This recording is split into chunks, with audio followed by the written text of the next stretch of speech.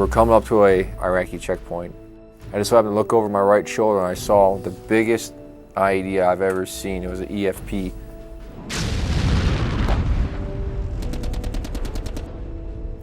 When it went off, I knew exactly what had happened. I knew I was hurt, didn't know how bad. I looked down at my left boot, saw my left foot. I said, okay, I have my left leg. I can wiggle my toes. All right, looked over at my right foot. I didn't see it. I didn't know that it was already amputated. And I kept telling my lieutenant I wanted to see Junior. He was my cousin. He was stationed in the Air Force about an hour north of me. So they found my cousin, and they flew me to where he was. And then from there, they flew the two of us together to Germany because they weren't sure I was going to survive the flight.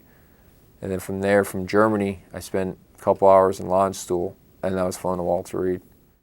I wake up every morning at 6:30, make my bed, get dressed, go out to the hospital, grab breakfast, do PT for 2 or 3 hours, eat lunch, then maybe do prosthetics and go home. And I did that for 2 years. Well, when Brian and I met, it was actually through a mutual friend. She convinced Brian to come out. He asked for my number, and I gave it to him. So I think that was on a Friday in October. Our current living situation is that we're renting an apartment. It's pretty much a handicap accessible apartment, but there are a few problems that I face. We have a L-shaped counter, and in order for me to go into the refrigerator, the fridge opens from the right. So I need to get into the counter, kind of turn around, back up, then open the fridge, then slide in, and then do the reverse to get out. If I were to wear my prosthetics, I can't slide underneath the stove or the sink to get in. So I just don't even wear my legs while we're at home. We have a garage, but there's no ramp in it yet. So there's a large step. So if I need to go down into the main part of the garage, I have to get out of my chair and hop on the ground. In our bathrooms, we don't have any handicap bars. I almost feel demasculated because I need to ask for help because I can't do something on my own as simple as grabbing a shoebox off the top shelf. I try to wait until he asks, can you grab that for me, or do you mind if you get that? And then I'll get it, not a problem. I've learned how to adapt with my injuries, and I get along fairly well, but there are times when I need help, I don't want to, and it's mostly with the structure of the home. The new homes that Homes for Our Troops provides for soldiers strikes me as everything's completely independent. One thing that I noticed was everything's hardwood floors.